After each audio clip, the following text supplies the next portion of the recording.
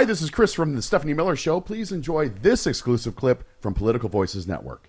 Hello, that song made me smile so much. I'm going to have to listen to it every morning. But not nearly as excited as I found, Harlan Crow called me yesterday.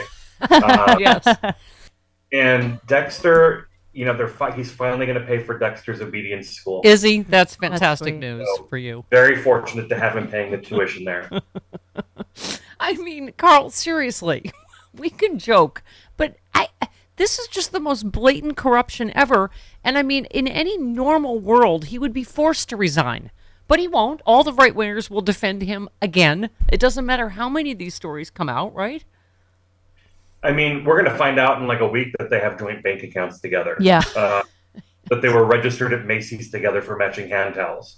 I mean, it's even one of them, like, the fancy trips. Okay. The private plane. But you're like, his mother's rent, his son's school tuition at fancy school his whole life. I mean, it's just, it's blinding, the corruption, isn't it? It goes on and on and on. There's more there every single week. And so John Roberts has a choice to make. Is he going to move forward with real ethics reform within the Supreme Court, which would not take much work, by the way? Yeah, it would cover his wife, so I'm going to say no. Right?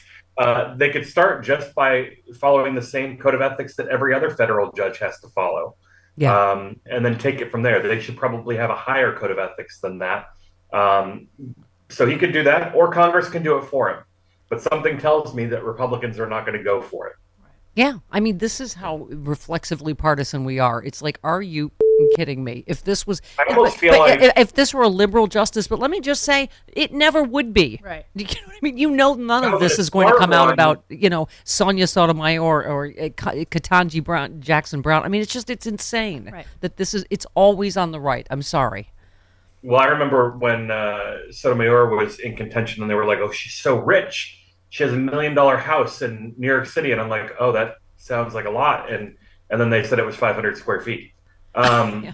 But, one of the liberal justices could put this all to sleep right now and just go find a billionaire to write some checks for them and pay for some things. Yeah. Leak the papers, and then all of a sudden Republicans would probably be willing to do something about it. But how do we, rather than whining about it on my little basement fart joke radio show, what do we do about this, Carl? Because I'm so sick of can you imagine if they found out that, George Soros was paying for, Sonia Sotomayor. Right. Yeah. Right. Yeah. Kids' education or whatever. I mean, they would burn the DC to the ground. I mean, it's just, I don't know how else we combat this. Do you? Two things. One, people need to reach out to their senators, particularly if they have Republican senators who serve on the Judiciary Committee, and let them know that they care about this issue and that they expect something to happen. They also need to reach out to Democratic senators. Mm-hmm. When it comes to the Supreme Court, a lot of times senators don't like to rock the boat. These hearings have been insightful, but they need to subpoena Roberts. Yes. If he's not going to testify. Yeah, no, exactly. I'd like to see Roberts defy a subpoena. Wouldn't that be something? He can order it to be defied. The questions everyone's been asking forever, we know they're not good answers to who paid off Brett Kavanaugh's gambling debts and all that stuff. I mean, it's just, you can tell, it's just that they're just corrupt to the core on that side of the court, all the way through John Roberts' wife, getting all this business that was intended to sway her husband on issues before the court, right?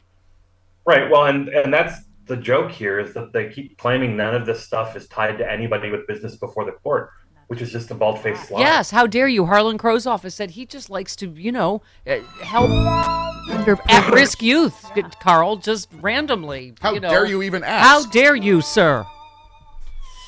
Look, you do not have to be the named party in a case before the court. In fact, most people are not.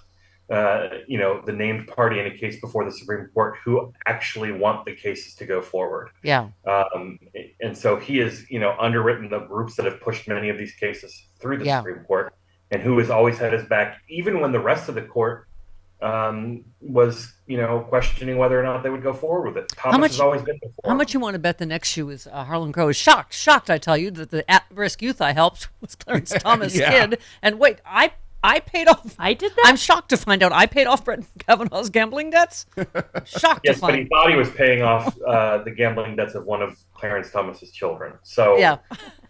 He didn't realize that it was one step away. So, Carl, here we go. Another day in America. A man accused of opening fire in Atlanta medical facility waiting room yesterday, killing a woman and wounding 4 others. 3 are in critical condition. Was just arrested after a manhunt. Again, they know he had an appointment in the facility, but no other word on what the motive is. Does it matter? I mean, at this point, it doesn't matter. I mean, the motive. Look, as long as these weapons are available to anybody who wants them, there could be any motive for these shootings, and every week we're going to hear about a new one.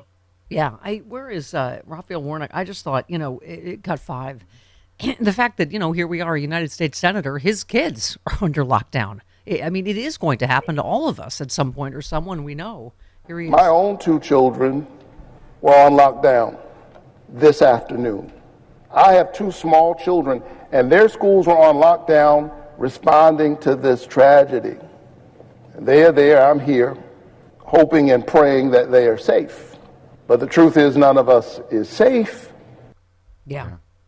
I just, had Fred Gutenberg on yesterday, Carl, and I know, I'm sure an issue close to your heart like his is this ridiculous arming teachers thing they keep coming up with.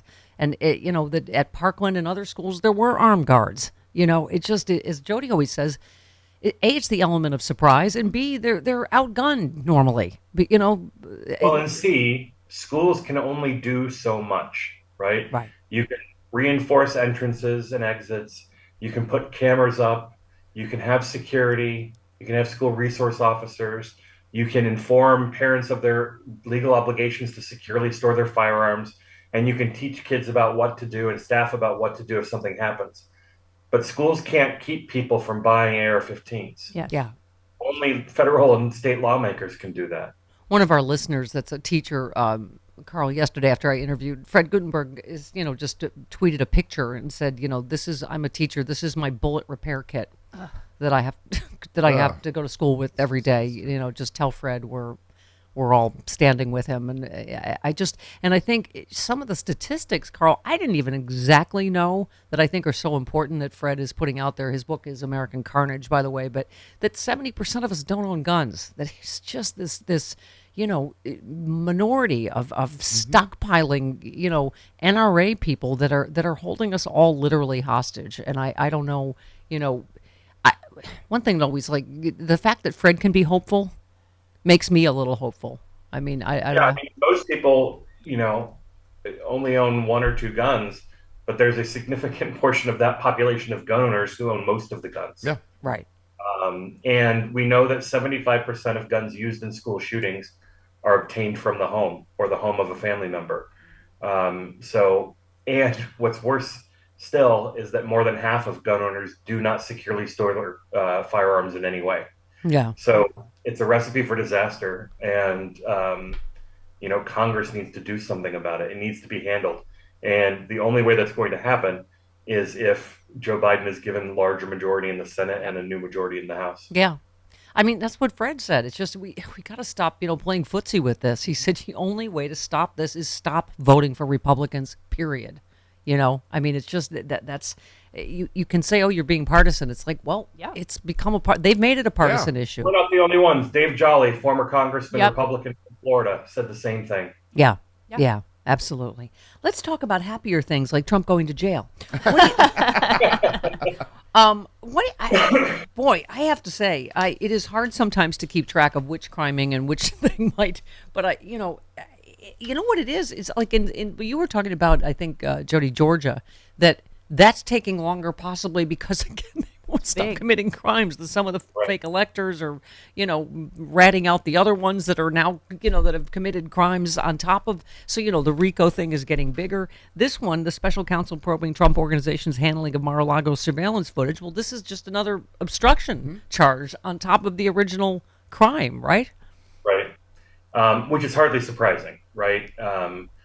I think there's probably going to be obstruction charges with everything that comes, out about the president the former president and his illegalities. We're going to see it in Georgia. We're going to see it in New York. We're certainly going to see it out of Florida. So it's just a matter of time. Who gets to the jury first is the question. Yeah. I will take, again, I keep saying, Jody, justice anywhere I can get it. A New York judge dismissed Trump's lawsuit against the New York Times on Wednesday. Hooray! And ordered him to pay attorney's fees for the paper and 3 of its journalists. This was a huge defeat for Trump and his claims against the Times and 3 of its journalists for their Pulitzer Prize-winning series on his undisclosed finances in 2018. The judge said it fails as a matter of constitutional law. He had sued Mary Trump and the 3 reporters. Yep. So I guess, like, they keep saying, right, like, justice comes slowly sometimes. But I mean, I'm looking at the E. Jean Carroll case. Trump will not present a defense in his civil trial. No. I don't feel like this trial is going well for Trump at all. He initially had an expert witness lined up to try and rebut Carroll's claims, but that witness is now unable to testify due to health issues.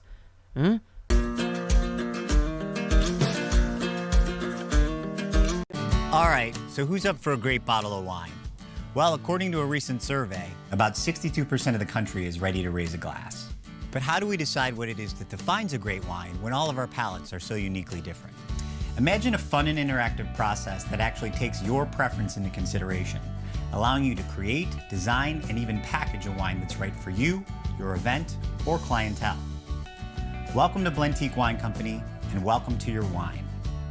Blentique invites you to participate in a revolutionary new process whereby the everyday consumer can create and design a personalized wine blend from the comfort of home.